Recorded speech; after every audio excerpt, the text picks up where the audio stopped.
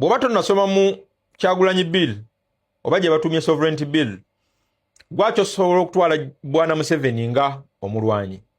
Gano ge mazima gakaawa. Eno video ogenda gimpeera Jeno egenda kubeera muko personal katono.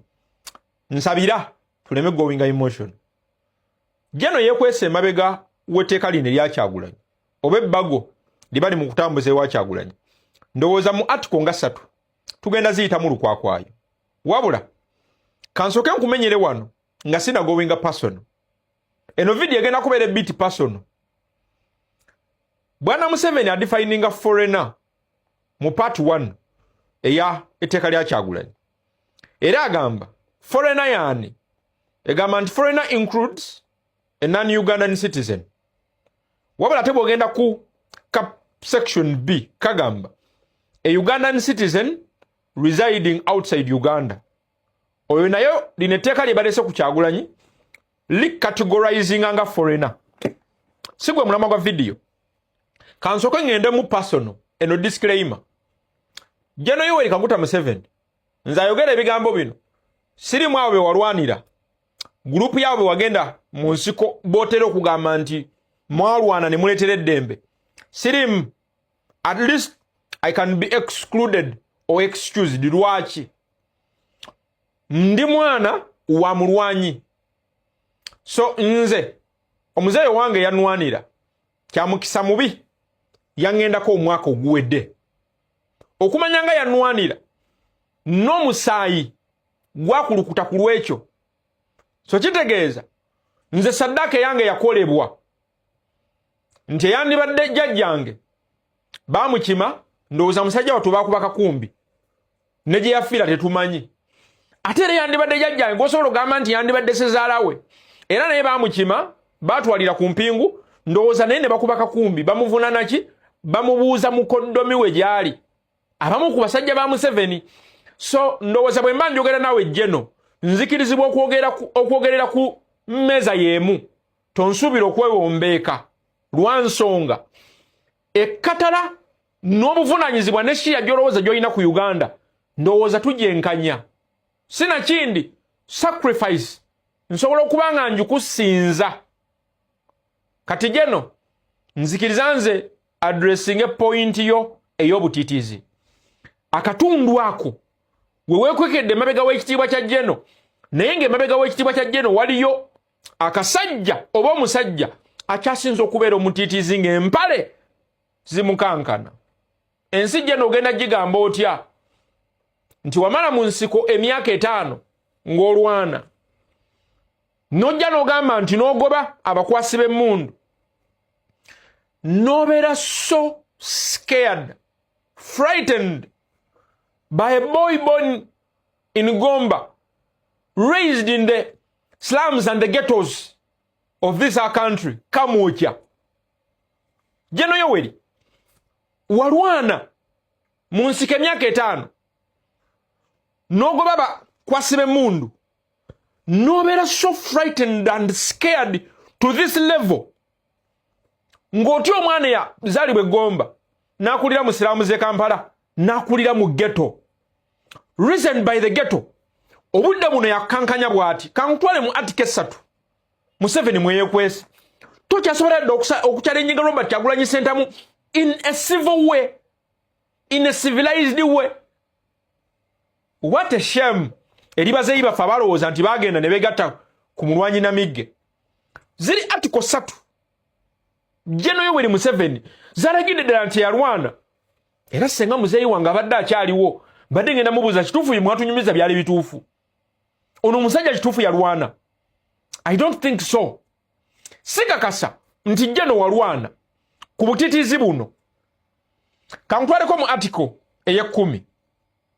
Article ey'10 mu tteeka lya Kyagulanyi okusinziira ku Jeno Yoseri gwe sikakasa nti yalwana egamba prohibition of promotion of foreign policy of another country. A person shall not engage in any activity, solicit, receive or obtain any assistance from a foreigner to sponsor or organize a meeting or any function with the aim of promoting foreign policy in Uganda that has not been adopted by the cabinet as government policy. katundu akokubiri kagamba wano wansi wa article ye10. A person or an agent of a foreigner who engages in any activity, solicit, receive, or obtain any assistance from a foreigner to sponsor or organize a meeting or any function with the aim of promoting foreign policy in Uganda that has not been adopted by the cabinet as government policy commits an offense and is liable to a conviction. Ono yejjeno gwe bagamba nti yalwana wulira byazzemu takyasobola yadde okubeera civil. You fail to this level nti katotandise kukola bino ebyekijega bino. What a shame. Eye-11 kankuddusa emisinde nkubuuseewo obutalina makulu. Prohibition of interfering with the electoral process. Wulira bwe yeekwese wano. In accordance with Article 3 of the Constitution, the people of Uganda shall express their will and right, their will and consent on who shall govern them and how they shall be governed. Wulira bwe yeekubye omusumaali. Through regular, free, fair election of representative through a referendum or through a referendum. Kati ekibuuzo kiri nti bwe tubanga tuyina ebbeetu n'eddembe okusala wanya n'atukulembera n'okututwala mu maaso nga tuyita mu kalulu akali free and fair ke twakavaamu kali free and fair katatu yagala tusiba mimwa kankujje waawo kagamba wano wasinze okwekweka. An agent of a foreigner who influences the will and the consent of any person to decide on who or she shall be governed contrary to the subsection A commits an offense and is liable on the conviction. Kankutwale ku ye-12 we wasinga okuba awakulu. Prohibition of interfering with operations of government. A person or an agent of a foreigner shall not engage in any activity, solicit, obtain, receive any assistance from a foreigner to sponsor, organize a meeting or any function with the aim of interfering with the operations of government. A person or an agent of a foreigner who engages in any activity, solicits, receives, obtain any assistance from a foreigner to sponsor an organization, meeting, or any function with the aim of interfering with the operations of the government commits an offense and is liable on a conviction. In case of a legal entity, a fine or to fine not exceeding 200,000 currency points and above. Kankutwale ku ye-13. Prohibition of economic sabotage. Wanwe wasinga okuba wakulu wenjagala oteeke essira.